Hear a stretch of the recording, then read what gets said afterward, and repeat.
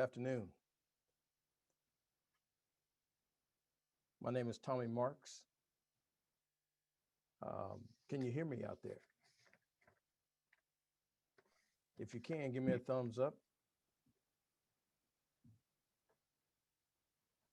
Wave your hand. Shout. I'm not going to take you to church. That's my brother, the other guy. But again, welcome to the Minority Business Development Agency's Federal Procurement Center's workshop number 2 on the Cybersecurity Maturity Model Certification. We want to thank you for joining us and registering. We thank you for those that were here on the first one. You're in for more good information. For those that joined us for the first time, we welcome you, and I think you will walk away pleasantly surprised with what you'll get. So the question is, why are we here? Clearly, so what we can do is increase the awareness of the companies that are here today on the cybersecurity maturity model certification and what the impact of that is in your ability to compete in the federal marketplace. And learn about steps necessary to achieve the certification, if you haven't started looking at that yet, and strategies for leveraging what they call CMMC to gain a competitive advantage. That's why we're doing this. We have 2 more sessions after this. We kicked off on the 3rd of February with the first session, which was about understanding CMMC.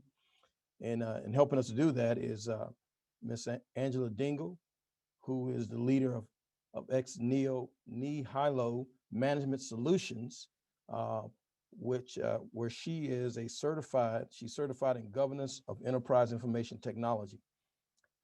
With over 20 years of experience in information technology, it's governance, cybersecurity, critical infrastructure, protection, strategic planning, leadership development, among other things, in order to that she brings to the table and will assist us today again in taking us through the CMMC requirement. So Angela, if you would come on screen, greatly appreciate it. Good afternoon and welcome. Thank you for spending the afternoon with us. And I will take a back seat for now and be back later. Thank you. Good. Hi, Tommy. Hello, everyone. It's good to be here with you. I'm going to make sure. Can someone give me a thumbs up and let me know if you can hear me, please?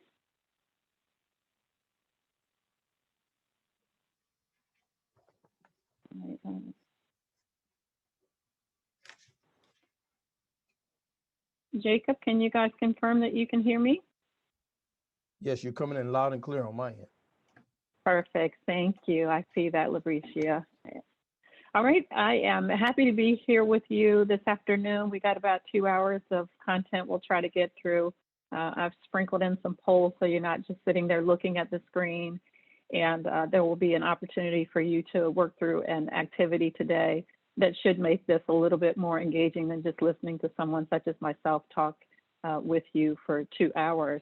So I am going to share my screen with you, and then we'll talk about what we're going to cover today and kind of get to it, right? So Tommy shared with you, my name is Angela Dingle. I am the president and CEO of ex-Nihilo Management LLC. We're a management and technology consultancy. We're based here in Washington, D.C. And if my memory serves me correctly, we chose this afternoon time because some of you guys are joining us from the West Coast or somewhere other than this Eastern Seaboard that we think is the hub of the country. So I welcome you and appreciate your flexibility in getting up and out early this morning to participate in this session with us. We're going to talk about a couple of different things. As Tommy mentioned, our first session was about understanding the cybersecurity maturity model. So hopefully you had an opportunity to either participate in that session or look through the materials. The goal for today is to help you to understand how to prepare for it, right? And so we're going to talk about, we talked last time about some of the things that led to the creation of the cybersecurity maturity model. We'll kind of continue that discussion today as it relates to how you need to be prepared. So I'll help you get this understanding of the the difference in the relationship between NIST Special Publication 800-171 and CMMC. And you know, if we're talking government, there is always going to be a acronym soup. So I'll try to explain those as I go along. We'll talk about, I will show you ways that you can determine what your responsibilities are. I think one of the things that's pretty confusing about how quickly CMMC came about and where it's going in the federal marketplace is who's responsible for having to implement it and who's not. So hopefully I'll be able to give you some clarity around that and give you enough information that you can make informed business decisions about it. I am also assuming that that many of you that are joining us here today are business people and not necessarily technical people. So while we'll speak technology in little bits, I'm really focusing on what you need to be doing with your business, right? Because CMMC can make or break you with respect to the direction that you may be wanting to go in the federal marketplace. And then I'll give you some links to some tools and resources that you need to learn everything that you need to know about CMMC. And then we'll talk about the steps that are necessary for you to conduct a self-assessment.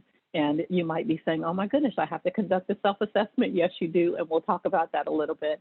And then we'll wrap up. You'll have an opportunity to ask me some questions as well as Tommy and share some of your thoughts during today's session. All right, so I'm going to ask Jacob if he can pull up my first survey for me. I like to start with a question so that I can get an understanding of who it is that is listening to me today as opposed to who I am just talking to. So if you can pop that poll up for me there, Jacob, that would be great.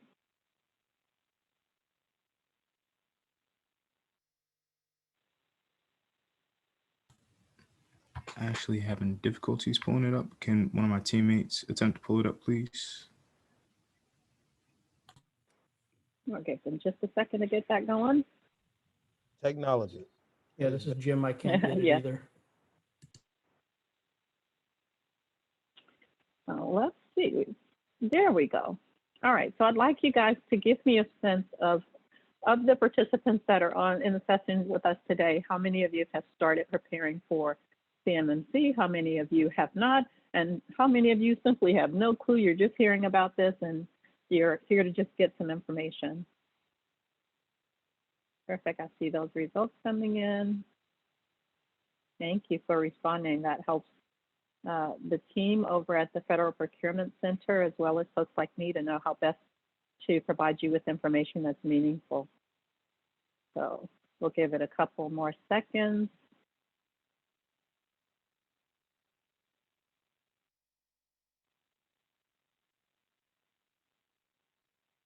All right, we got about 7 of you guys who haven't responded yet. Come on, let's go for the whole 32.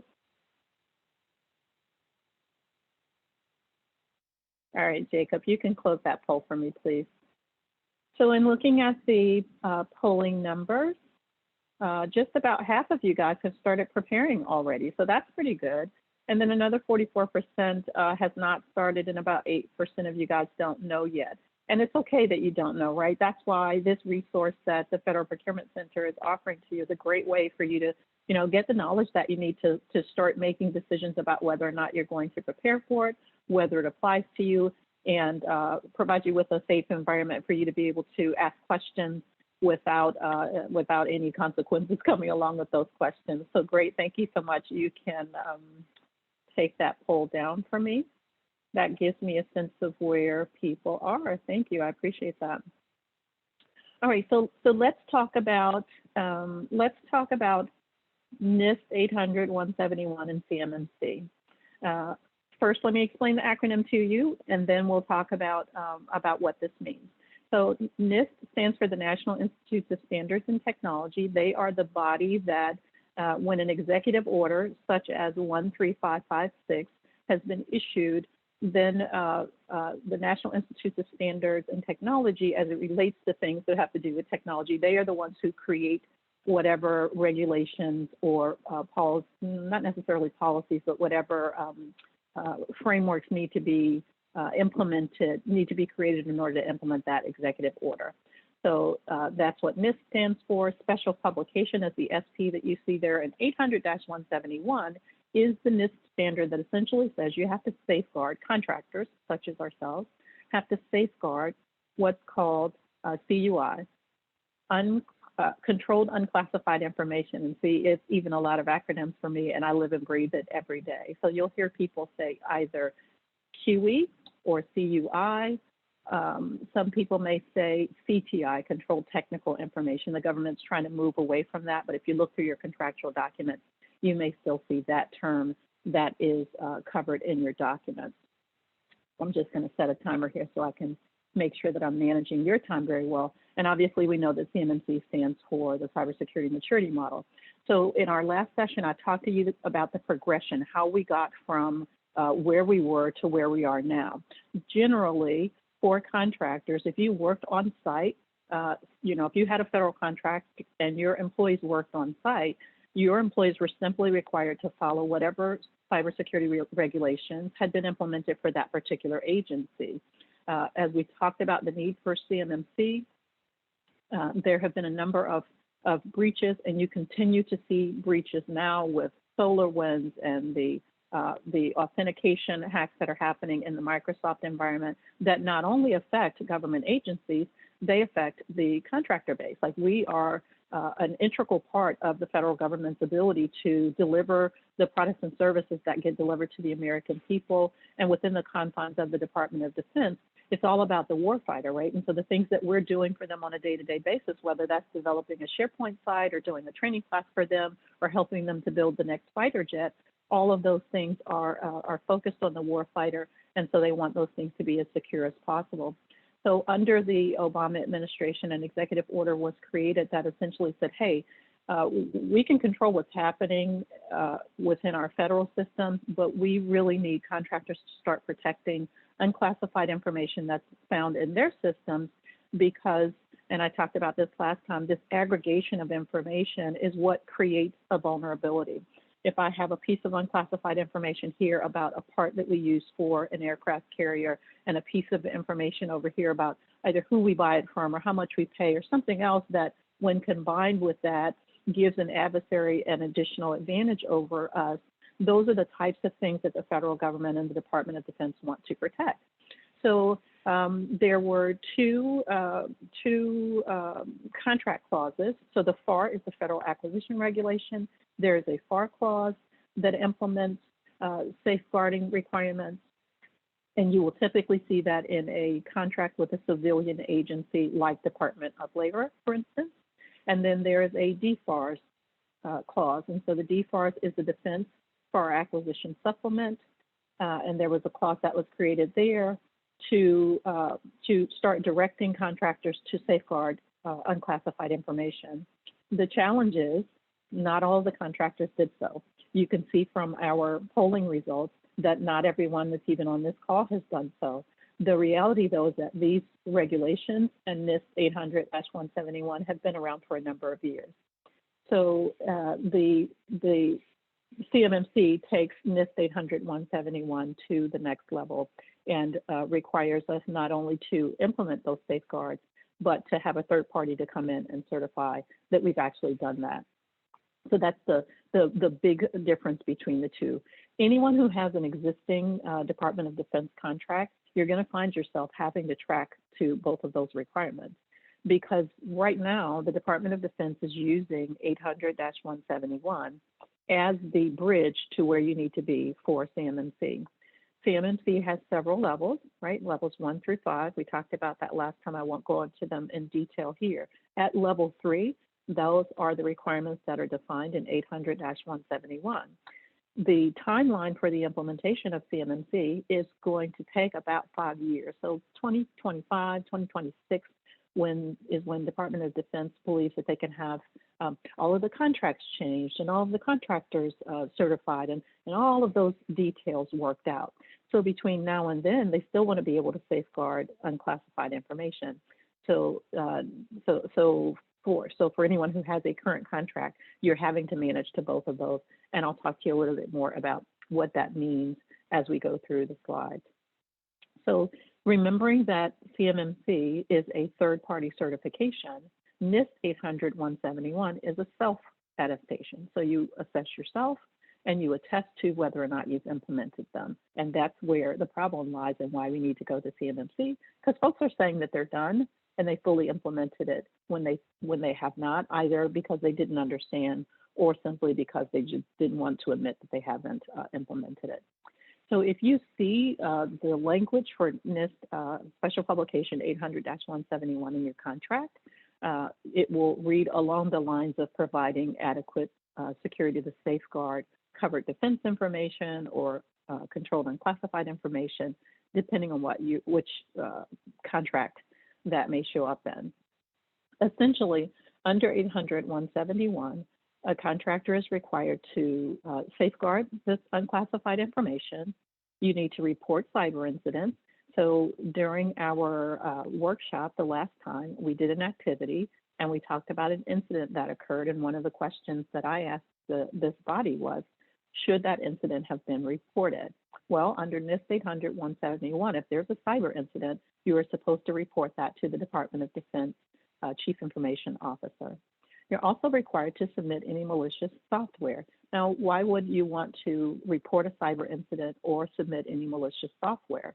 Remember, I talked about the fact that there are government agencies like CISA, as well as all of the various different vendors that provide us with the software and hardware technology that we use to do our day-to-day jobs. They're trying to work together collectively to share information so that we can combat these cyber incidents that occur. So by informing the Department of Defense that a cyber incident has occurred, you may prevent another company from experiencing that, or they may be able to quickly tell you how to respond to recover from that cyber incident. And the same thing with malicious software. If they can get a signature on that software, they can either put out a patch or they can inform the other companies that that's happening and other agencies that that's happening, so you can quickly resolve the cyber incident that may be occurring. One of your other requirements under NIST 800-171 is that if a cyber incident were to occur, they want you to do some forensics work, right? You may have to call in, and when we looked at that example last time we were together, I talked about the FBI, right? You might have to call in investigative services to see what happened, and they're going to want you to kind of have a picture in time of what it looked like when that incident occurred, right? What laptops or technology were they using? Was there a software program that was running? You know, what were the state of things at the point where that incident occurred? And so if requested, you have to be able to produce that information. As we talked about different controls within the CMMC framework that might have helped with this, one that we talked about was incident response. Having a formal incident response process means that you've got steps in place so you and your team know if this thing happens, we may have to submit that media. So you've got a process in place that says, okay, let's get this picture in time and preserve that information so that if these investigators have to come in, we're able to respond in a timely manner with the information that they need. The other responsibility that we have is to flow down that contract clause to our subcontractors. Now, I've been in technology for over 20 years. I've been in federal contracting for just as long. And the one thing that I can tell you is that people don't necessarily flow down contract clauses to their subcontractors. We did some work with a company a few years ago. Unfortunately, it ended up costing them a whole lot of money. They didn't pay us all of it, but it did cost them a whole lot of money because their prime contractor had failed to flow down. The prime contractor had failed to flow down a security-related subcontract, and the solution ended up costing them over $1 million. So really important to make sure that whether you're a one-person company or a five-person company or a 500-person company, as it relates to these cybersecurity matters, that you are flowing down that clause to your subcontractors because it is a mandatory flow-down clause. The other thing that you need to understand about 800-171 is at the point when you sign your contract. So if you have a defense contract currently, and I will tell you that in some of the agencies, like although NASA, the space agency is not a defense agency, they actually use the language from this clause in their contracts. When the Air Force does it, they don't always call out the specific DFARS clause, but the language is there. So it's important for you to understand. And I know I've been in federal contracting. Sometimes the section of all, like section I in your contract has just, row after row after row of FAR clause and DFARS clause. When it comes to cybersecurity, you want to go looking for them, and you want to make sure that you're abiding by those clauses, because at the point where you sign the contract, you have then made an agreement that you're going to comply with the terms of the contract and all of the requirements associated with the cybersecurity regulation. So the DFARS clause that you'll see in your contract for NIST 800, for the implementation of NIST 800-171, is DFARS clause 252-204-7012. And so we talked about that the last time, and you saw that on the slide I showed you a couple minutes ago. There have been some additional ones. I'll show you what those are as we get a little bit farther into our discussion. But understand that at the point that you sign the contract, you've now made an agreement, because the clauses are essentially your T's and C's, right? Your terms and conditions, that you're going to abide by that. And so at that point, it becomes your responsibility to determine whether or not you've fully implemented NIST 800-171. And at this point, there are no third-party assessments or certifications that are required for NIST 800-171, right? So that's another difference. First of all, NIST 800-171 is self-attestation, so you can do the assessment yourself. The second part is that these third-party assessments and certifications are not required for 800-171. You can do that if that's what you elect to do, but you're not required to do that as you are under CMMC. The other thing that you have to do under NIST 800-171, and so it flows over into CMMC, and we'll talk about that, is that you have to document your implementation in what's called a system security plan. So any of you guys that have a technology background and have done any cybersecurity related work in the federal government will be familiar with this. A system security plan really documents how each of the various different security requirements have been implemented within your companies. And perhaps I did not make that clarification. When you are working, when your employees are working on site at a federal agency, they're using the federal standards. So it's NIST 853. NIST 800-171 and CMMC is the implementation of a subset of those controls, but within the confines of your company, because they're trying to protect the same thing, right? They're trying to protect unclassified information. The rules you have to follow when you're on site at a federal agency are one, and the rules that you have to follow when you think about it from your company standpoint are another. So you've got to develop the system security plan, and then once you develop it, you have to regularly update it. So you've got to periodically update it to make sure that any changes that are happening within the technical environment within your company, that the SSP accurately reflects how those changes have been made and how any of the security controls are implemented.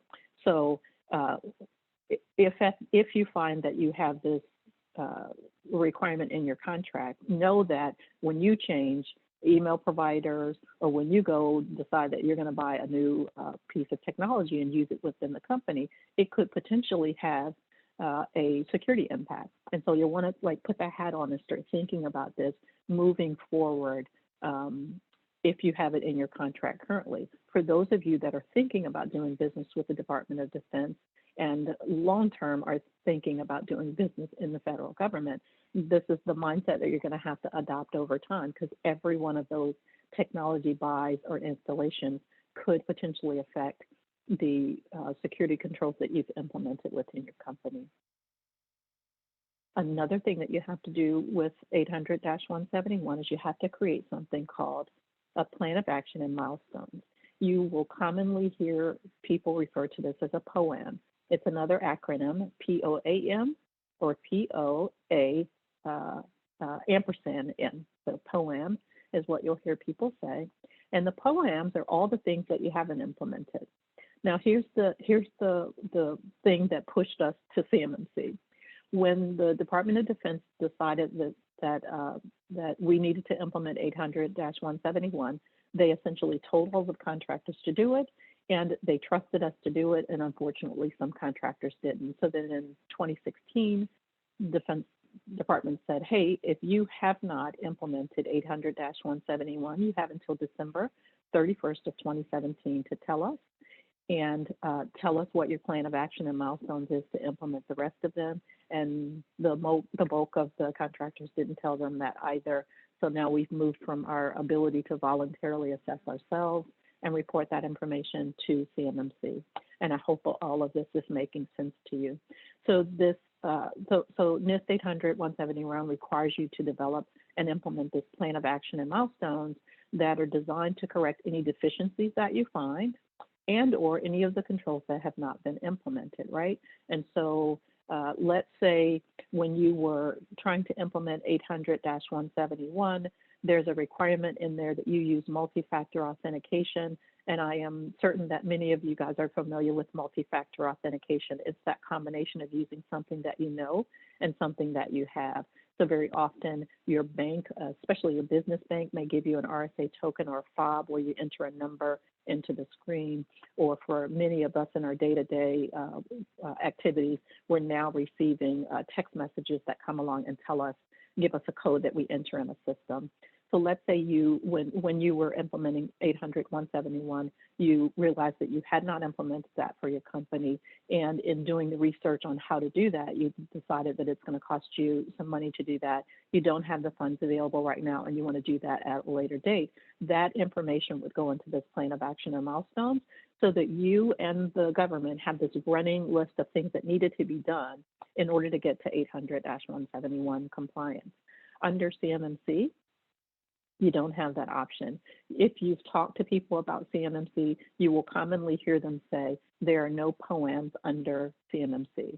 And what the government means there is you had the ability under 800-171 to say, well, that's not applicable to me, or we're not going to implement that, or we're going to implement that 3 or 4 or 5 years down the line. When they say there are no POAMs or no plan of action and milestones under NIST 800-171, they're essentially saying we want you to implement all of the controls in NIST 800-171.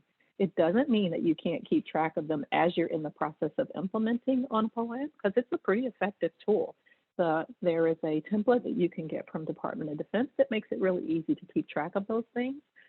The key is that while you're keeping track, know that you have to eliminate them, right? So you have to eliminate all of those deficiencies and or controls that have not been fully implemented in order to meet the associated CMMC requirement. So that's going to be really key with respect to understanding the difference.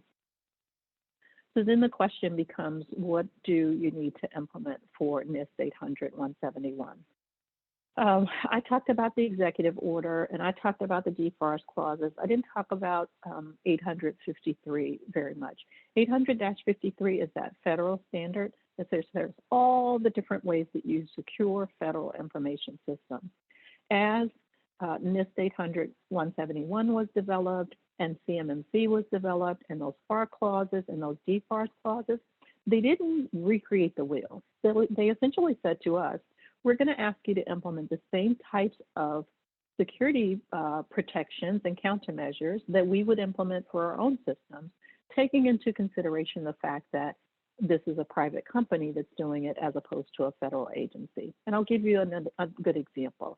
If you've worked in federal environments, in particular, if you've worked in any of the classified environments or any of the more secure environments, you may have to use a PKI certificate, right? A PKI certificate is a way of authenticating. It might be in the form of an actual little fob, or it may be an electronic PKI certificate that is installed on your browser. It's a way of authenticating that not only is Angela Dingle at xnihilomanagement.com logging in, that it's actually Angela, right? Because I will have had to present my passport and some other information to verify that it's me who's supposed to be using that device as opposed to someone else. So what the government did was they took that larger set of controls and they carved out 14 of them for NIST 800-171. And they said, these are the areas that present risk. These are the areas where we want you to focus on developing countermeasures or implementing security features that will help to secure unclassified information that you find in your company systems. So these 14 families of control as a subset of 800-53. They are also the subset of controls that end up in the CMMC framework. So if you're familiar with having secured these things in the federal workplace, or if you're familiar with them from a 800-53 standpoint, then you will recognize them as you get from doing it in a federal environment to what you have to do for NIST 800-171, as well as for what you have to do for CMMC. The other thing to understand about these control families and all of this stuff that you have to do about CMMC is that the government has over the years done a really good job of helping you cross-reference them to other security standards.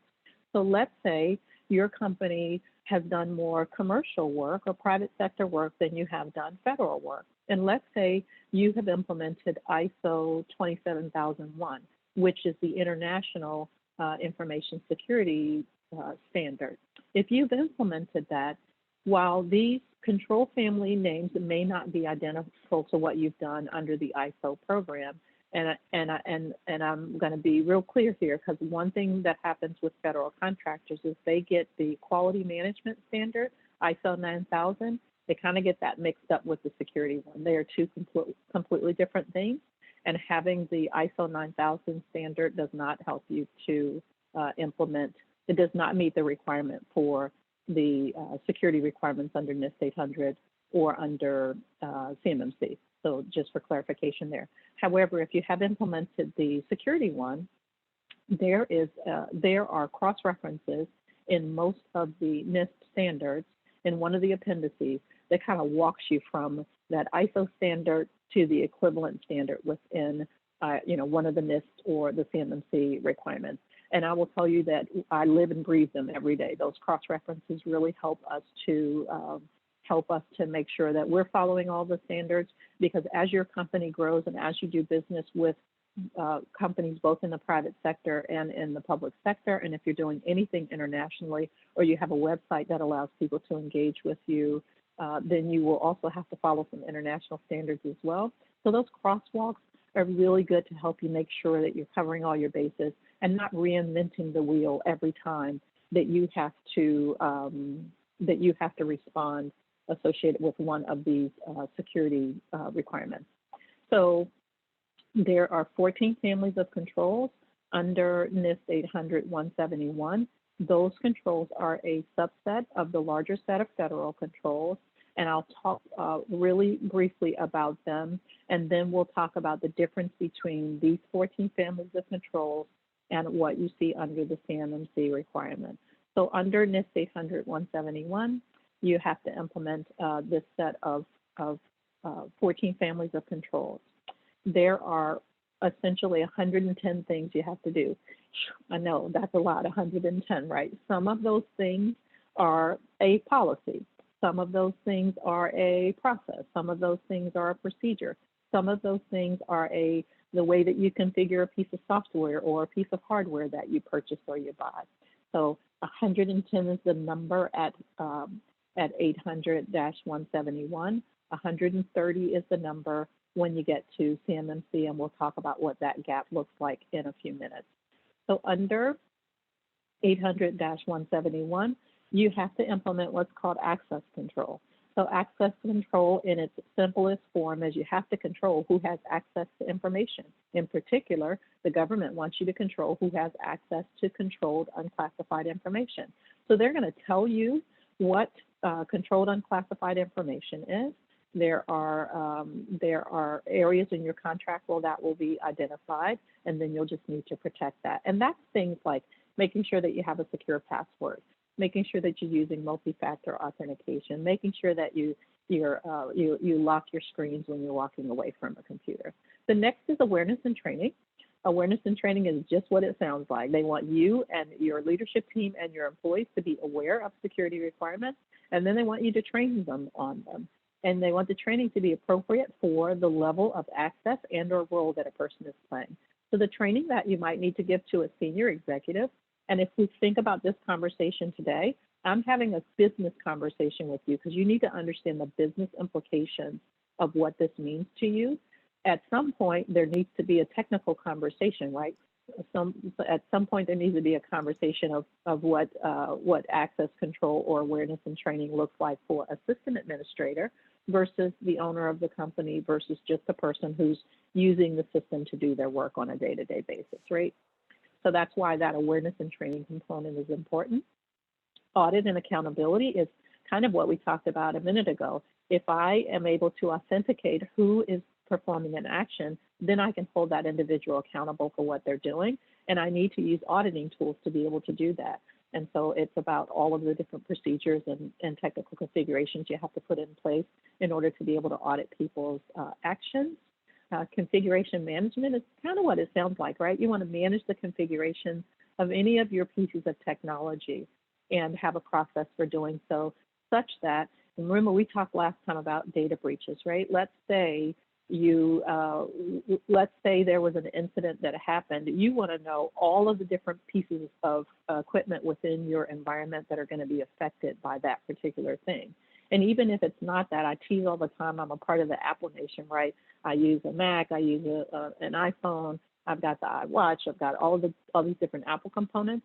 Well, Apple, in working with CISA right now, will release an update, and it may affect all of those devices. Configuration management is what helps me to understand what operating system version we're running and what needs to be operated when, and so you'll need to know that kind of information, because in some instances, again, if you've worked in the federal environment, the government may say, you know, this patch needs to be implemented by that date, and you may need to do the same thing within your company. So we already talked, I think, a little bit about identification and authentication, right? You, at any given point, need to know who actually performed an action. What you find very often in smaller companies or companies that may have worked in the private sector is that people are using group accounts, or more than one person is sharing a user ID or a password. And so identification and authentication gets to knowing who is explicitly performing a given function, so that if there is a problem, that you'll be able to address it. When we talk about awareness and training, one thing that people need to be trained on is a concept called insider threat. You guys have probably seen or have heard about it, but it's things like sabotage, or, you know, unfortunately, sometimes people are either not well or they're angry because something didn't turn out the way that they wanted to, and they may do things that are harmful to your company. Identification and authentication gets to the nature of who it was that actually did that, so you can take the appropriate action. I think we talked about incident response last time, right? What policies and procedures do you have in place should an incident occur? Does everybody know what to do if something starts happening, so you can quickly get to a correction there? Maintenance is just what it sounds like, right? Who's maintaining your system? How frequently are you doing that? When you're getting all those notices about updating your operating system and your patches, are you actually doing that? Because you need to be doing that on a regular basis. Media protection is that thing that folks like to use, right? Those little thumb drives and any kind of CDs or any mobile ability to move data around. Personnel security isn't security clearances, but it is screening people before you give them access, right? Making sure that you know who's actually going to have access to that data, and making sure that that you've done some background investigations there. Physical protection is kind of what it sounds like, right? So both your physical space where your office is, and so people go, well, I work from home. How am I going to protect things from a physical protection standpoint? What are you doing with your laptop or your computer or any of your work-related things when you're not working, right? Are the kids playing with those things? Is somebody carrying it around in their purse and leaving it in their car? Are the kind of protections that you want to be thinking about when it comes to physical protection. Risk assessment is the concept of assessing the risk for your company on an ongoing basis, right? In the federal government, they do something called continuous monitoring, right?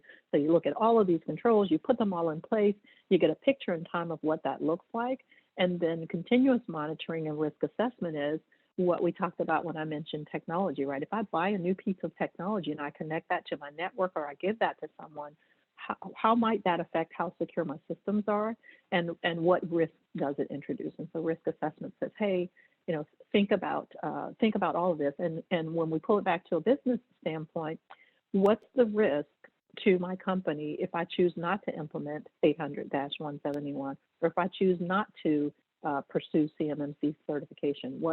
How does that affect us from a business standpoint? What are the financial costs associated with that, and how might it impact our ability to deliver the products and services that we want to deliver? And then security assessment is the actual activities that you go through to do that, like conducting vulnerability scans, doing penetration testing, kind of inspecting what you expect. We write all these policies and procedures and we say we're going to do them. A security assessment says, yeah, I kind of trust you, but verify it for me, right? I want to see some evidence that those things are actually happening. Systems and communications protections, along with system and information integrity, are really the kind of things that are system engineering principles, right? How am I not only building new systems, do I have any kind of concept for how I'm doing that? In particular with small companies, right? You're being cost conscious, you're being very agile in your ability to respond to customer requirements. And you may go, oh, we're just going to buy these 10 laptops from Best Buy or something like that, right? There are federal regulations at this point that say, well, you can only buy technology from certain, you are prohibited from buying technology from certain manufacturers, right? System and communications protection and system and information integrity get to those kind of things, right? And as you're making changes within your systems, how are those changes approved? Can anyone simply make a change to the way that their system is configured or buy a new piece of technology and connect it? Or are there any rules around how you protect the system itself and the information that's contained within those systems? So I know that's like a really high level way of explaining them, but hopefully that gives you some sense of what those 14 families of controls are like. So those things need to be implemented for 800-171, and for any of them that you are not able to implement, then you would need to develop and maintain a plan of action and milestones. And so from a NIST 800 standpoint, 800-171 standpoint, at the point where you do that, you're kind of done.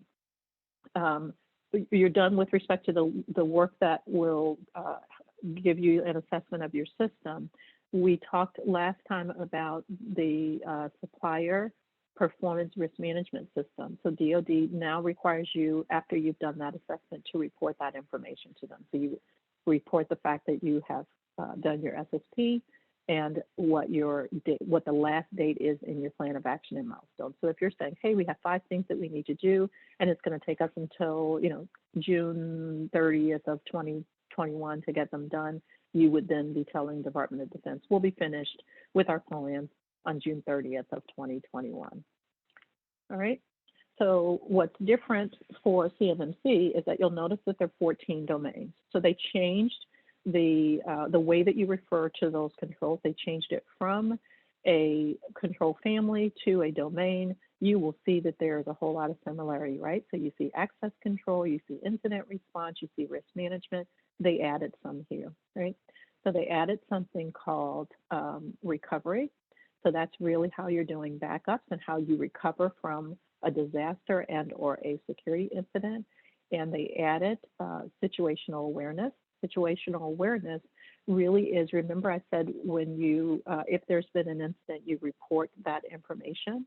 Situational awareness means that you are not only just reporting that information, you're getting intelligence information. And so there are ways that you can do that that are free to you from a business standpoint, so you don't have to pay anything to get those. And you'll also see asset management here. And that really is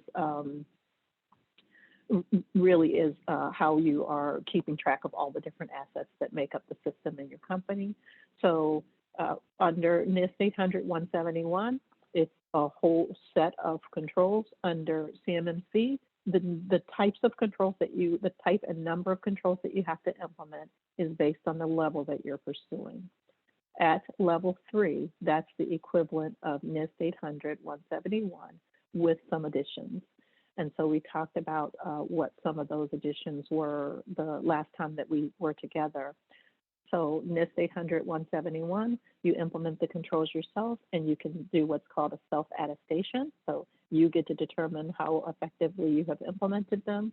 Under CMMC, it's still, at level 3, it's still NIST 800-171. but you no longer get to be the deciding authority on whether or not you've implemented them. You are required under CMMC to bring in a third party, and that third party will assess where you are, and they will, it's a pass fail, right? So if your contract says you have to be at level 3, you don't get to be partially level 3. You either are level 3 or you are not, and that third party certifying official is the one that will make that determination for you. All right, so I've got another quick survey for you. Jacob, you want to display that for me, please?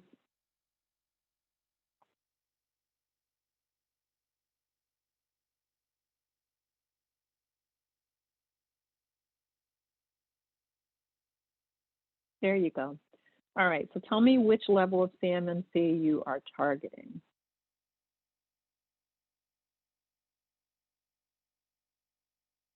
Yeah, I can see from the entry some of you guys haven't decided yet.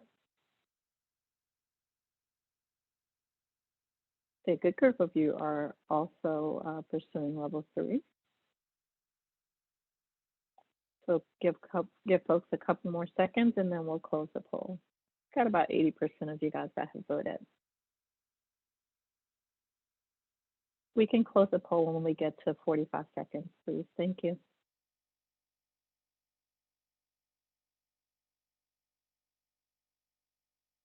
Thank you.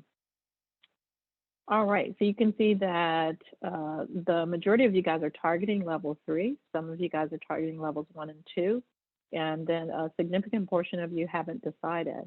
So it's okay to not have decided yet, and it's okay to pursue whatever level you've decided for yourself. So we'll talk now about how you determine your responsibilities associated with those levels. So if you can close out that poll for me, that would be great. Perfect, thank you.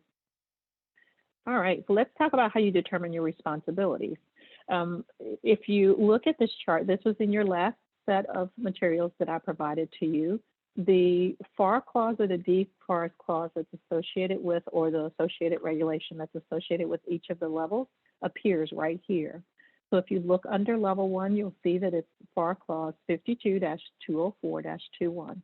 So that's the civilian agency requirement to safeguard controlled unclassified information. So you may already have that in a contract, because even though Department of Defense is the driving force behind CMMC, the federal government as a whole is wanting us to help them to safeguard unclassified information. At level 2, you'll see that it's a subset of 48 of the practices that are in 800-171, right?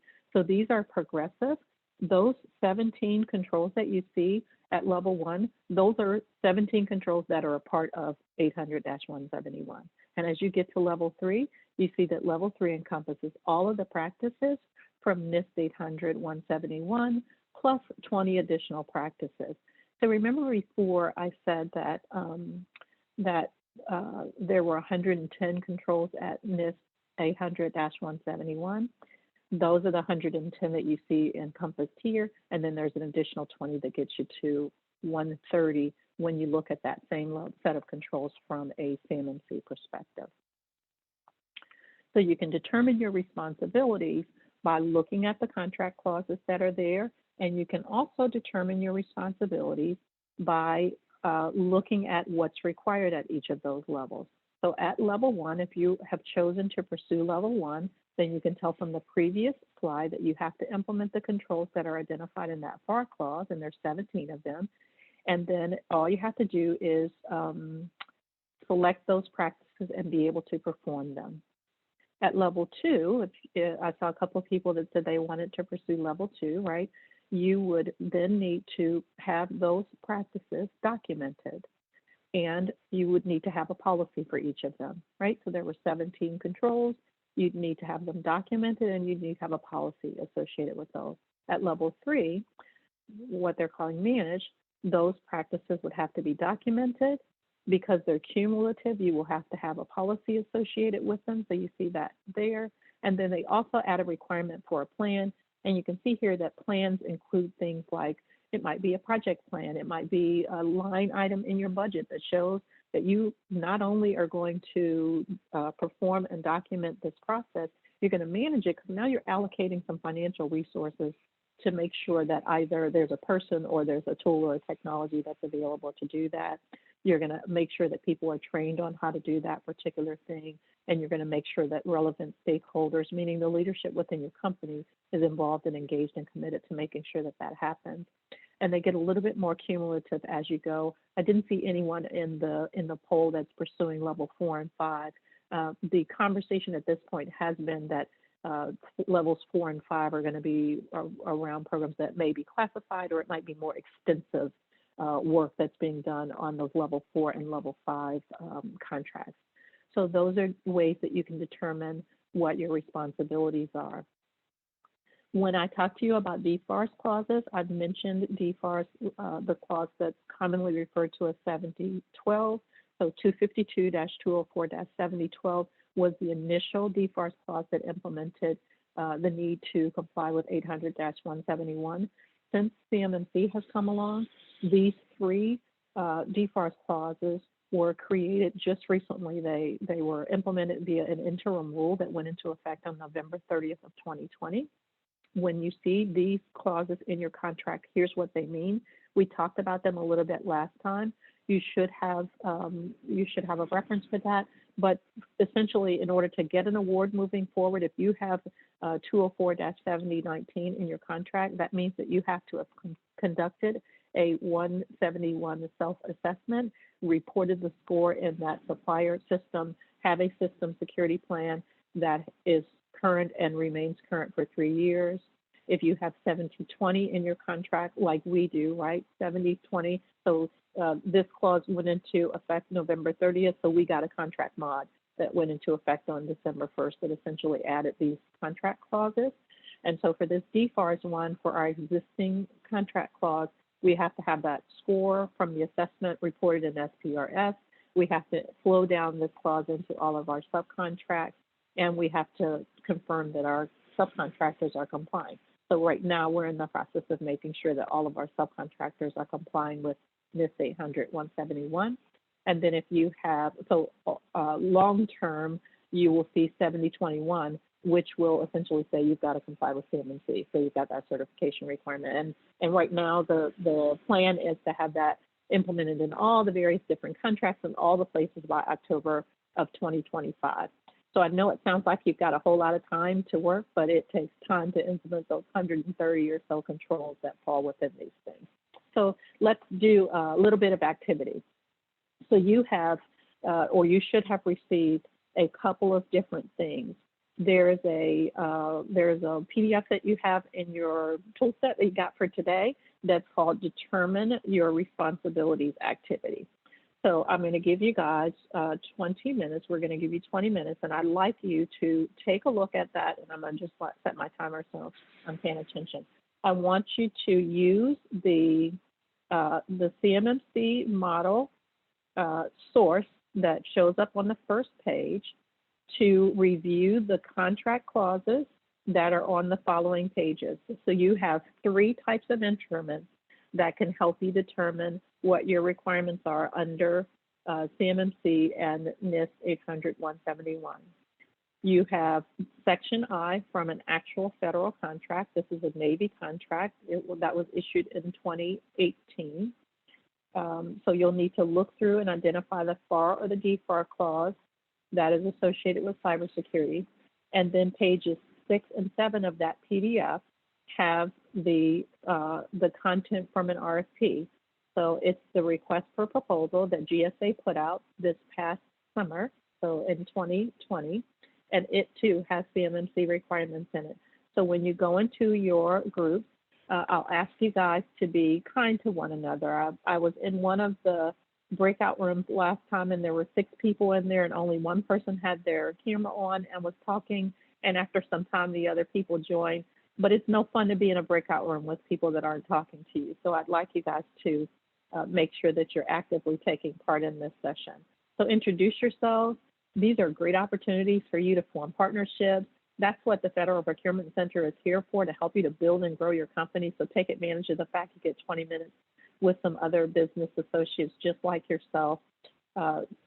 use the source references at the top, look through those 3 contractual documents, and then discuss it amongst yourselves and be prepared to come back and talk to me about what you found when you went into the breakout.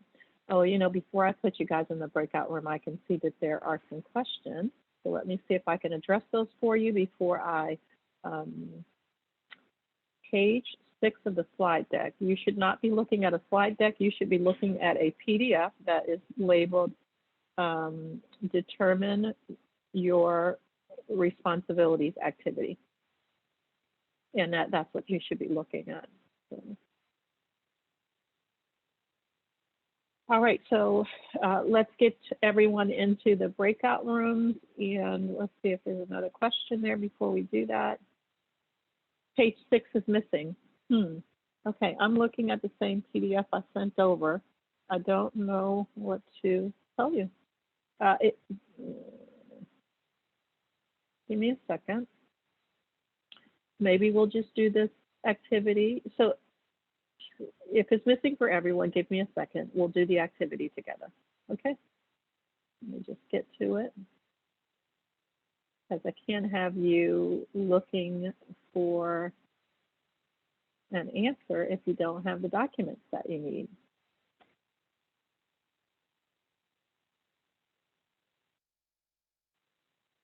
Okay, so Ruben says that if you use the link, all of the pages are there. So if you could please do that, that would be great, because this is an activity that's best done in a smaller session than it is to do it all together. So can you guys confirm whether or not you see it in the link?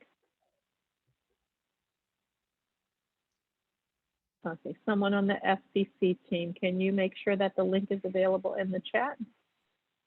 It is. The link's in the chat. It is. They're correct. The PDF, actually, page 6 is blank for some reason on the PDF. So as Ruben said, use the link, and then everything should come up. Claudia just reposted it in the chat.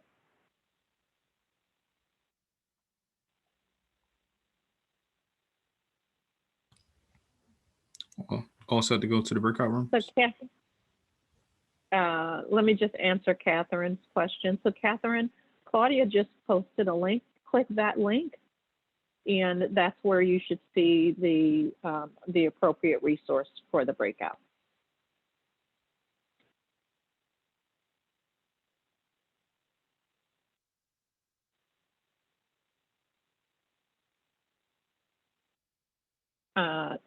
Jacob, you can download the documents. Yeah, let's get everybody into the breakout room. I'm tracking that we're right at about 15 minutes, so give them 15, please.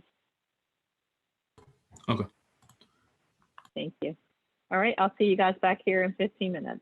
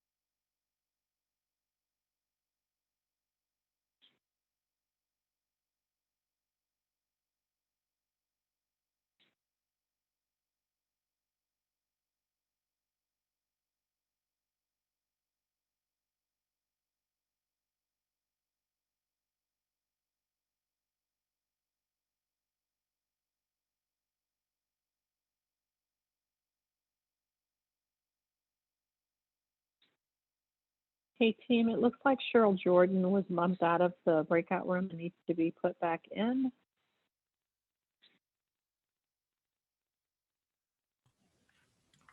Is it Cheryl Jordan?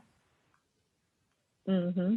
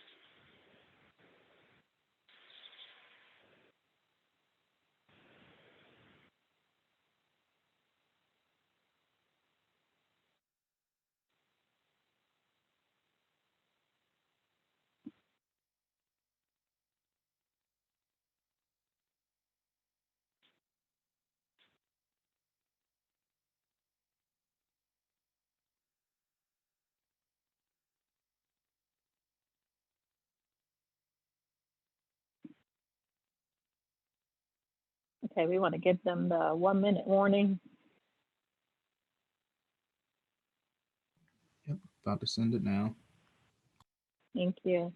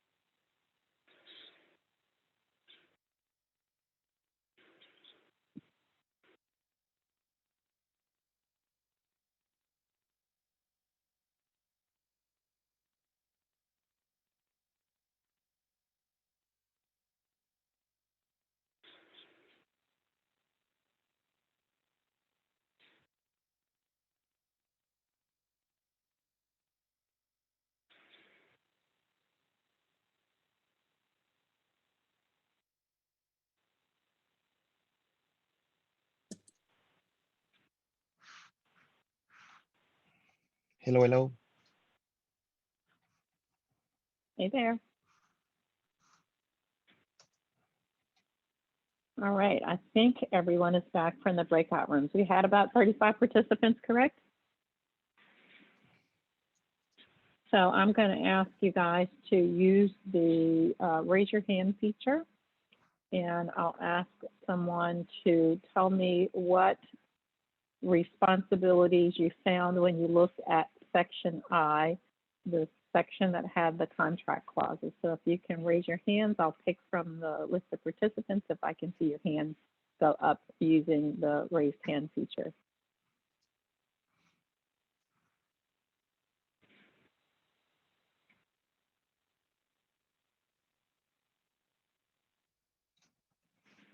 All right, I don't see any takers there.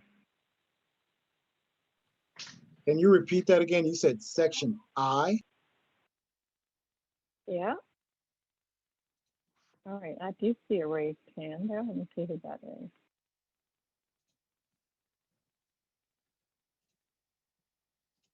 Trying to figure out where to raise the hand. That's all right. Well, whoever that is that's speaking, you can tell me what you found in when you looked in section I, what contractual responsibility did you find related to NIST 800 or CMMC? Actually, in the documents, we didn't see a section I. We saw an L and an M. So our group found 252.204-7008, compliance with safeguarding covered defense information and cyber incident reporting. Okay. Did you find anything else in there? We found 252.204-7012, safeguarding covered defense information and cyber incident reporting. Yep. And there was one more. Anybody find the other one?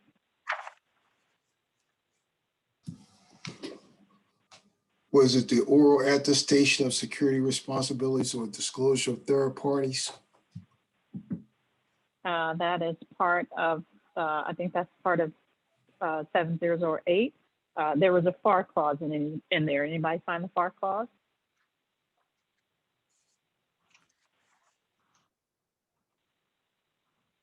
I'll give you that one.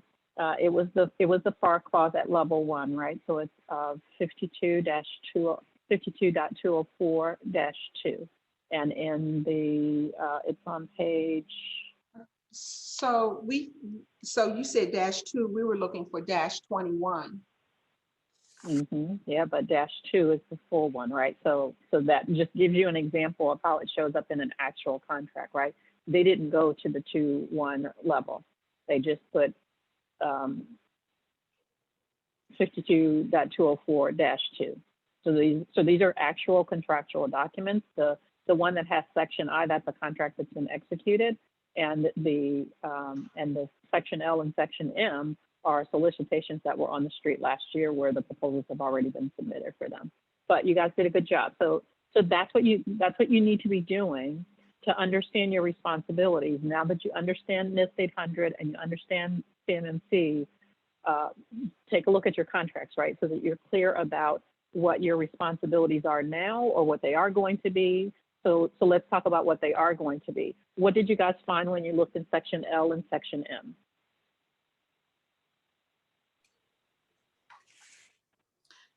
Well, they required a whole write-up on the assessment in M.6. And on L16, which on M6 is what we're going to be evaluated on, but L16, attachment J11, we had to respond or write a cybersecurity and Scrum, is it, the U is in there, so. Yeah. Assessment. Yes, supply chain risk management is what SCRIM stands for. L16 and L16 directed us what we needed to do, and M6 told us how we were going to be evaluated on that. Exactly. So you guys can see, these documents are documents that have been executed in the past. So you can see the relevancy of NIST 800, 171, and CMMC to federal contracting today. Although Department of Defense is the agency that's driving CMMC, Section L and Section M, that's a civilian contract, that's a GSA contract. So GSA doesn't have ultimate authority to dictate CMMC, but what they've done is, and they did the same thing, if any of you guys have GSA contracts, actually, whether you do or not, because they actually ended up putting it into SAM, the decision that was made about telecom and telecommunications providers, where you can and can't buy that technology, GSA pushed that out, and then the FAR Council pushed that out into both SAM and into GSA schedules. And they did it before it was finalized, right? They put the language in the contract before it was finalized, so that at the point that it became finalized, you were then as a business responsible for having complied with that. So I did this little exercise so that you guys can start to be aware of what you need to look for in your existing contracts, as well as what you need to look for in a solicitation, right? If you're a small business on this phone and you're in IT, then category management is what's driving GSA buys. And so Polaris, the replacement for Alliance Small Business, as that comes out, GSA is hinting that they're going to do the same thing with Polaris that you saw in that Section L and Section M in your case study came from 8A Stars 3. So they're indicating that they're going to do the same thing. So as you're thinking about your business strategy, what you want to do in terms of competition in the federal marketplace, understand that these cyber things can affect your ability to compete. And you notice with Section M.6, that was pass or fail, right? So you either understand it and are able to respond to it, or you don't. And that particular contract had that particular solicitation, that was a 10-year base and a 3-year option. So 13 years, if you failed, then you missed out on 13 years of opportunities. So hopefully that helps you guys understand a little bit more about what your responsibilities are and how to go about finding what those are in the contract.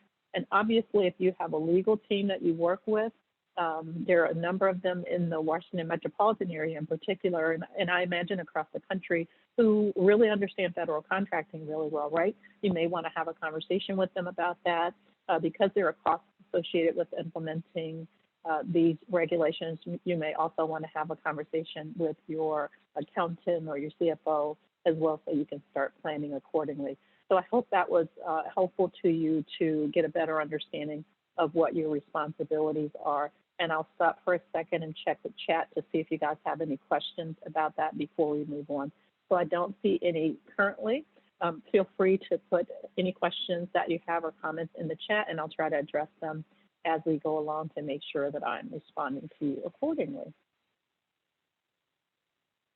Okay, I do see one that has popped up. I see a couple, so I'll try and answer those as we go along. All right. Will a recording of the meeting be posted? Yes, it will. how much can a CMMC level 3 cost? That's a really good question, Annette. So there are two costs associated with compliance. One cost is the cost to do all of the implementation that we've been talking about, and then there's the cost associated with the certification itself. DoD in their in the process that it takes for them to have all of these new regulations passed, they had to have an estimate of what all of this would cost to implement. What does it cost the government to implement, and what does it cost the contracting base to be able to implement that? And so there are some estimates there. I have heard numbers on the certification side around the $3,000 mark. I will tell you that we do this type of work, and we can't do it for $3,000. So I don't know. I just don't know what the basis for how that number came around. But that's the current ballpark for the certification itself, right? That's the third party that's going to come and inspect what you said you did. On the implementation side, it really depends on the maturity of your organization. If you have, if you understand this and you've been implementing those things, there may not be an additional cost to you in terms of any support services. It simply would be the technology cost associated with making sure that you implement the controls. If you don't have the expertise in-house, it can get expensive. It just depends on, like I said, we worked with a client. While our services did not cost $1 million, in the end, it ended up costing them over $1 million. And it's because they hadn't done what they needed to do from a contractual standpoint. And so they ended up having to sign new agreements and buy a whole lot of things. For a company to implement the 17 controls that are at level 1 in the FAR, you shouldn't have to spend more than about $10,000 or $15,000, if that much, if you had to outsource it all, right? If you had to get someone else to do it. It's just that, unfortunately, cybersecurity resources are pretty expensive. I mean, it's expensive for me to hire them, so it's expensive for people to do the work. Do you mind sharing how much does your organization charge for the certification? We are not a certifier, and we don't intend to become a certifier. In our next session, one of the things that we're going to talk about in our next session is CMMC has created an ecosystem of opportunities for us as business owners. And I say collectively for us because there are all these different roles. There are people who will be certified to do training. There are people who will be certified to certify. And there are people like my organization that will be certified registered providers. So we are pursuing the registered provider organization. That's different than a certifier. It means we'll be able to help you implement everything and get ready, and then you would call in a third party. We don't want to be in the certifying business. And you are more than welcome to contact me directly, Annette, or any of you guys can if you have any questions. My contact information is is on the last slide in the deck that you have, so you can reach out to me. So I've been doing a whole lot of talking, and I've been sharing slides with you, but Department of Defense is the definitive source for the cybersecurity maturity model. There is a web page that Department of Defense has stood up that is explicitly for CMMC.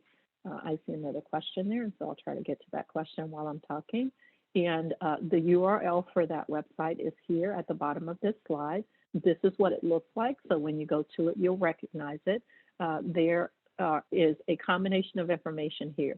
This is where the source for the CMMC framework is located. So if you see it anywhere else on the web, it is not a definitive source. This website is the definitive source to get access to the CMMC model and the associated guides that go along with it. Typically on this home page, you'll see down here at the bottom of the page, they generally give some updates, right? So you can come to one place quickly, get an understanding of what CMMC is, and know the latest information about it. So that's what this first page is here that you are seeing. There is also an updates page that has specific updates that are associated, like you'll be able to, if you hear through the grapevine, because it's all over LinkedIn and all of these publications are talking about CMMC. If you've got some questions or you kind of don't know whether to believe something, you can always come to this source because DoD is going to keep it updated. And they've done a really good job I've worked in and around Department of Defense and other federal agencies for a long time. This is such a huge undertaking, and it affects so many people. They've had a roadshow that's been going for some time. If any of you all know me, you also know that I'm the chairman of the board for Women Impacting Public Policy. We're an advocacy group for women business owners, and Department of Defense came to us early on and said, hey, we need your members, and I am certain that they've talked to FPC, right? We need your members to understand that this big thing is coming. So they've been very forthcoming with making sure that this type of data is readily available. You will hear, they have these town hall meetings that you can sign up for. You'll hear Katie Arrington, who is the CISO, so she's the Chief Information Security Officer that's driving this for the Department of Defense. You'll hear her on Pentagon updates. You may see her on some of the Saturday and Sunday morning talk shows that show up. I don't know if they have those shows all around the country, but certainly here in DC, where all the policy wonks are, they have these shows that come in on the weekend that you can watch that are related to things that are happening in federal contracting. She has been at FCA, she's been at CCAS. So they have done a really good job of trying to make sure that they're keeping the contracting base informed about what's happening next, because it is such a big thing. So that's the homepage for CMMC. It falls underneath the Undersecretary of Defense for Acquisition and Sustainment, right? And acquisition is the key term there, because that's the defense contractor base falls under there. The update link on that site gives you the latest thing that's happening. So that interim rule that I talked about is one of the latest things that has happened. So you can see here that they talk about the fact that they issued that interim rule. It was issued in September, but it went into effect on November 30th. In your packet, there is also something called a DoD assessment methodology, and I'll talk to you about how to use that before we wrap up today. They put the framework, they released the framework along with that, so you have that source available to yourself, and then you can see some links here where you can click to look at PDFs that are just informational sources to tell you how to interpret and understand all of these things. You can see the actual rule, the actual language for the ruling by clicking the link there that says DFARS case.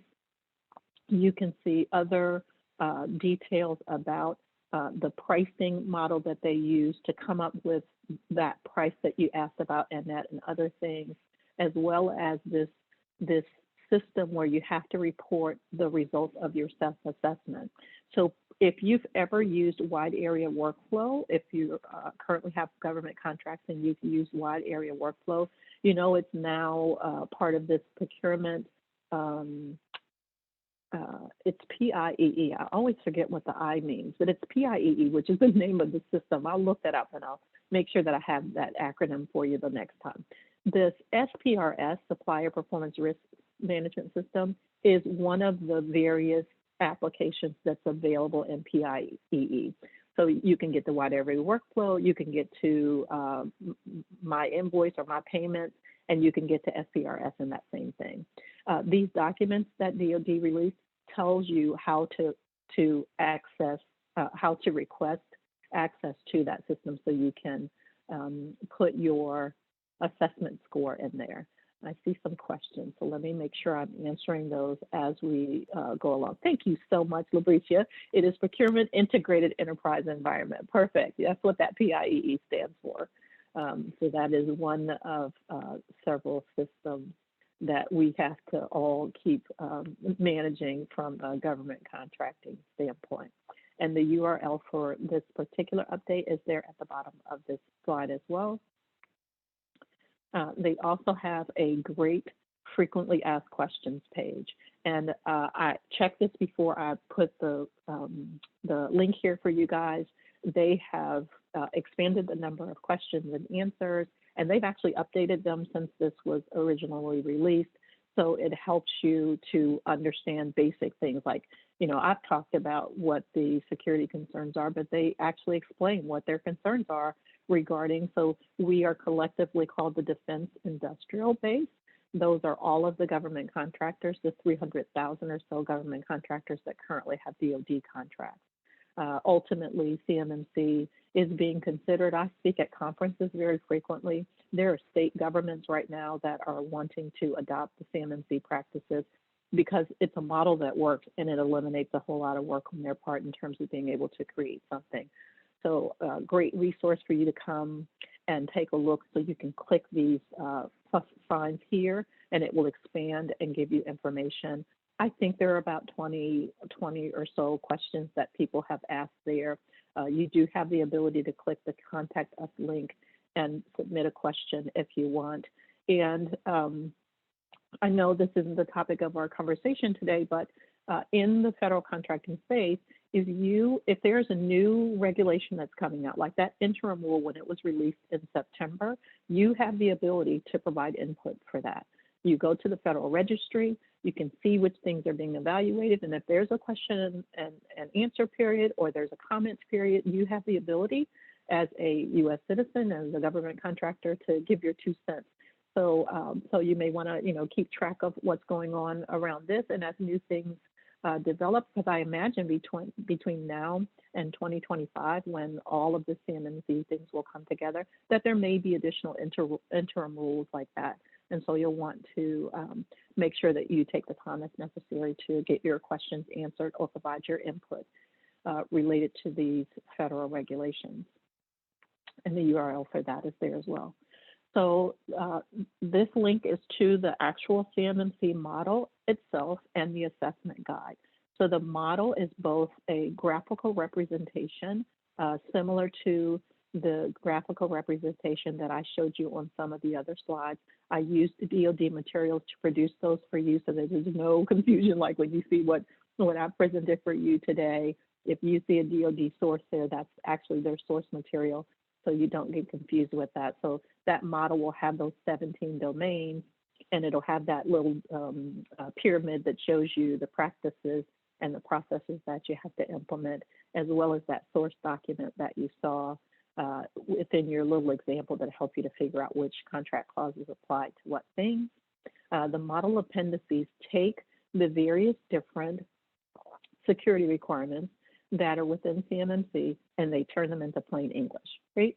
So if you look at that FAR clause that is included in your packet, that is the level 1 set of requirements. So those are the 17 things that you have to do to be able to meet level 1. That first one says, limit access to system resources, blah, blah, blah, in technical sense. And that was such an eloquent thing for me to say.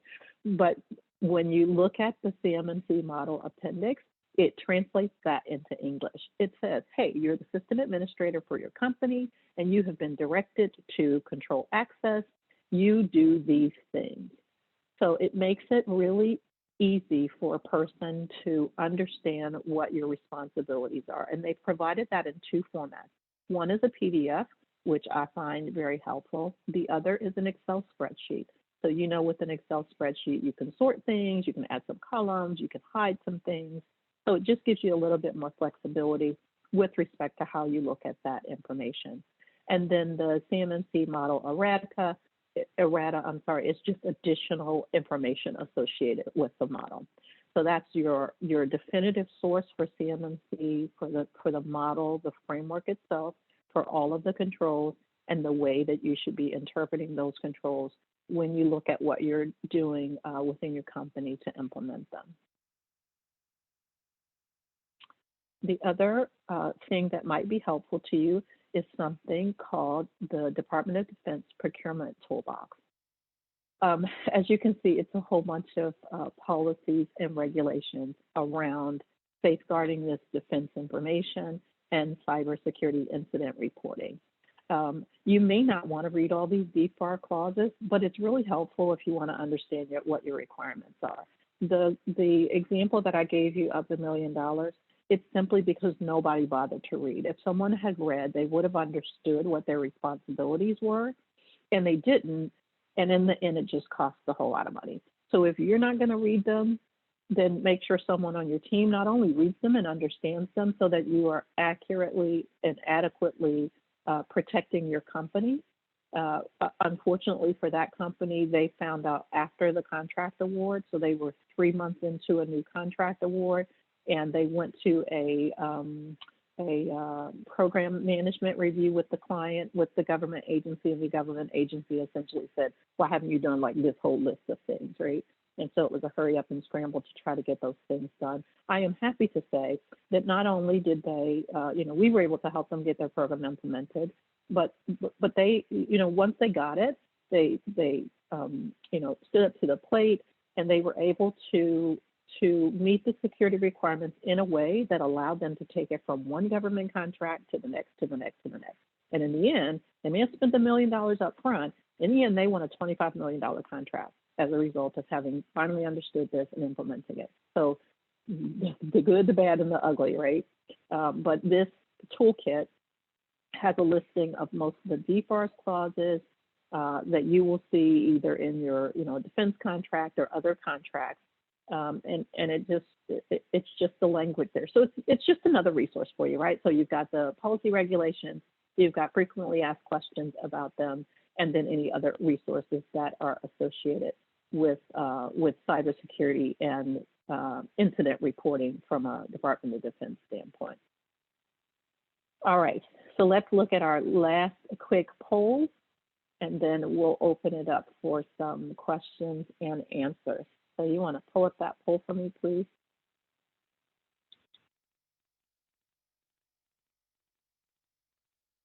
So we know about half of you guys have already started preparing. About half of you guys are going for level 3. And now let's talk about how many people have finished your self-assessment under 800-171.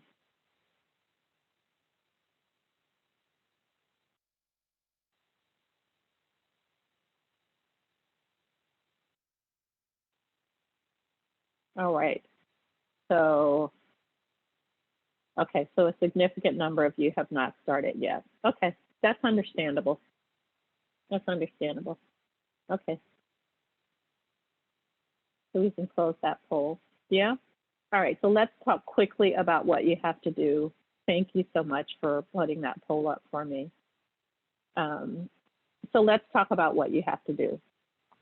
I already showed you how to determine which level you need to pursue, right? You're going to look in your contracts, you're going to see what your contracts say, and it will always be your contracts that drive it. Your contracts are going to have the language that tells you which level of security requirement you need to implement. So it's either going to be a FAR clause, which is level 1, or one of those DFARS clauses, which is level 2, 3, and above, right? The next thing you're going to do is you're going to implement the controls, right? And if you've got a CMMC requirement, or even if you have that FAR one, you know the source to go to look and see what that language looks like to tell you what to implement. We talked about a system security plan and a plan of actions, right? Those are defined in the NIST requirement, what those things have to include, and there's a sample that is available from the DoD website. So you can go get a sample of that and then kind of fill in the details. And then that final piece is to conduct a self-assessment. In order to conduct a self-assessment in your materials that you received today, you had another document that is called the NIST SP, or Special Publication 800-171 Assessment Methodology. That gives you the instructions on how to do a self-assessment under NIST 800-171. So I'm going to see if I can share my screen with you, but you have that document readily available to you, right? So it's going to look, and I am several pages in. I'm on page 12. It's going to tell you for every one of those controls. So FAR clause, level 1, the first requirement is to limit system access. That is the same requirement at level 2, 3, 4, and 5. So if I'm at level 3 and I have implemented that control, then I'm going to give myself 5 points. And if I have not implemented, I'm going to subtract 5 points.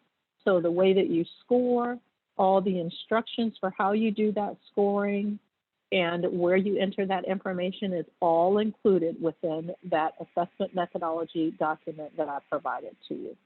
Okay, so I'm going to switch back over to my slide deck, and I'm going to check the Q&A here and see whether or not you have any questions about that. I don't see any. All right, so that's how you're going to do your self-assessment under NIST 800-171. You cannot satisfy the requirements for CMMC Level 3 without first having implemented NIST 800-171. So if you are targeting Level 3, implement NIST 800-171, report your assessment results, and then get working on CMMC, okay? All right, so that was a whole lot of information in a really compact amount of time. I'm going to stop and open it up for questions. So what questions do you have for me? All right, I see something happening here in the chat. Let's see. Can I go over the case study and identify where the clauses are and what the CMMC determination is? It's made on the, all right, so I see a repeat. Okay, so in terms of the contract clauses, let's see if I have this readily available for you.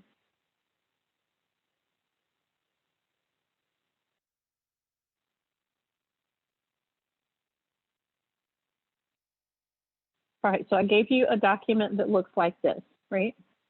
At level 1, there are 17 practices that have to be implemented, and those practices are based on this FAR clause, 52.204-21, right? When you look through the contract clauses that were in your case study, you look through this whole list and you find that clause, right? So you see the clause here. Uh-oh, this wasn't meant for me to be able to do highlighting. You see the clauses identified there. So you know that in this contract, so this is a Navy contract, there's your contract number. You can see that you've got the level 1 requirement, and you know it's level 1 because you saw that in the CMMC source. But this contract has a whole lot of contract clauses in it, right? And so as you look through, you will notice that there are also some DFARS clauses in there.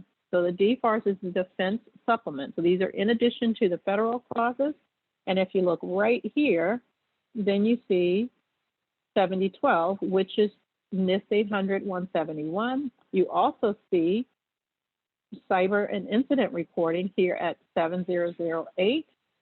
And I can't remember what the other one was right off the top of my head. All right, so hopefully that helps you to understand the case study that you were working on and how to determine your responsibilities. Does that answer your question? Who was that? That was Dana. Dana, did I answer your question?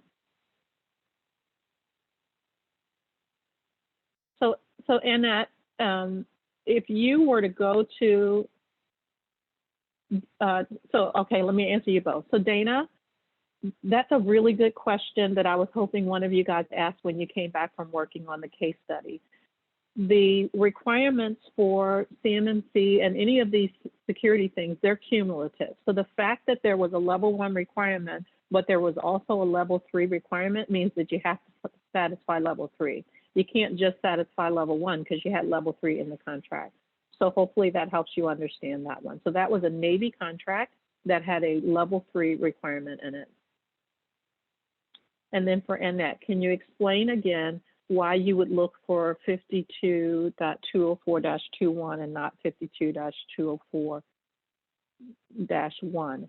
So if you go look, so all of these are actual federal contract clauses. When you go look in the FAR, and you can go look in the FAR, right? You can just Google the FAR. When you go look in the FAR, you'll see why you have to pay attention to it when it's just 52.204-2.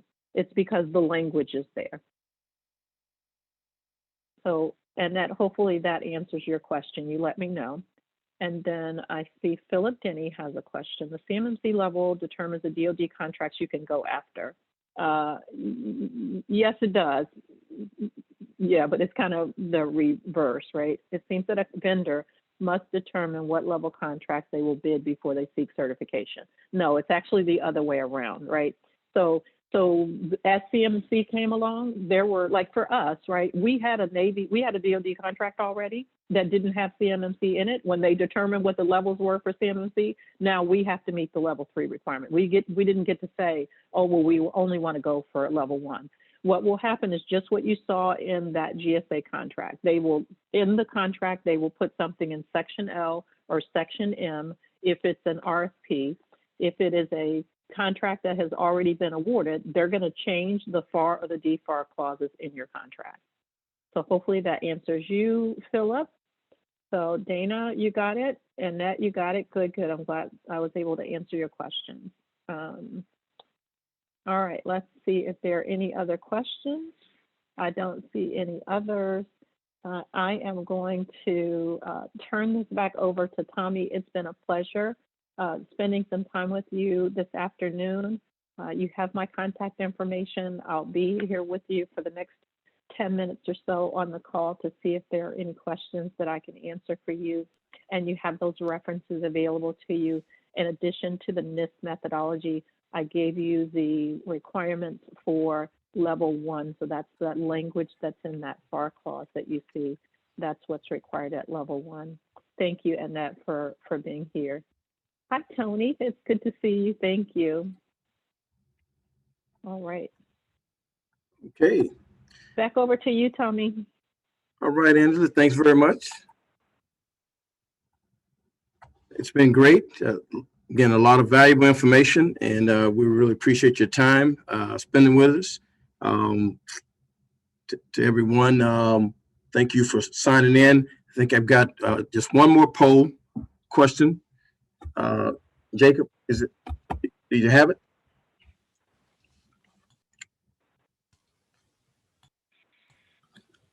I don't. You don't? Okay, no problem. They've been polled out to death. Okay, but it was going to ask you about, and some of them we know, but for new ones, if you actually have federal contracts with any agency for that matter. But we'll come back. We'll get back to that the next time. So going forward, we have 2 more workshops. Angela will come back on March the 3rd, so save the date, and March the 17th. So we're already into March. This month's over with actually next weekend. And so save the date. Those of you that are signed in today, when this is over, there's a short post survey. We ask you to please help us out with that. And then you will get, if you weren't able to download all the material, please let us know, and so that we can get it to you. We're not sure why the gremlin is messing with page 6 on the PDF, but it is in the Dropbox link. And so you have it there. The recording of this one will be posted just like the first one, which I believe is out there on our website, which is www.mbdafpc.com. And you should be able to gain access to both sessions from there. We are part of, for those that don't know, a part of the consortium that's led by Sharon Pender, who runs the Capital Region Minority Supply Development Council. If you're certified by the council, you already know that. If you're not, we can put you in touch with the people that do that, Errol Taylor and crew, and they can explain the benefits of being a certified minority business enterprise with the council. And we also work with our sister center, which is the MBDA District of Columbia Center, which is run by Dennis Smith. And if you're in construction, he's definitely a guy that you want to talk to because he is the guru on construction matters. Okay. I want to thank my team for outstanding support.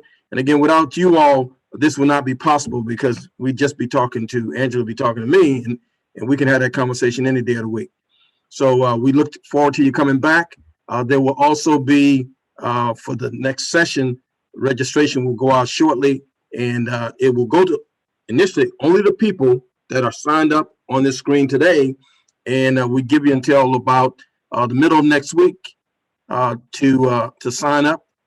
Please do so. And then after that, we open it up to the rest of the world. Okay, so that's how special you are to us. You got the right of first refusal, as they say in some places. Okay, Any questions for me? I'll pause and I'll take a couple of questions if you have them for me about the center.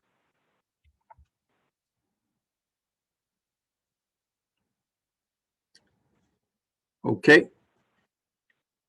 Going once, going twice. I don't see any hands up in the air. Again, thanks very much, and we'll see you next time.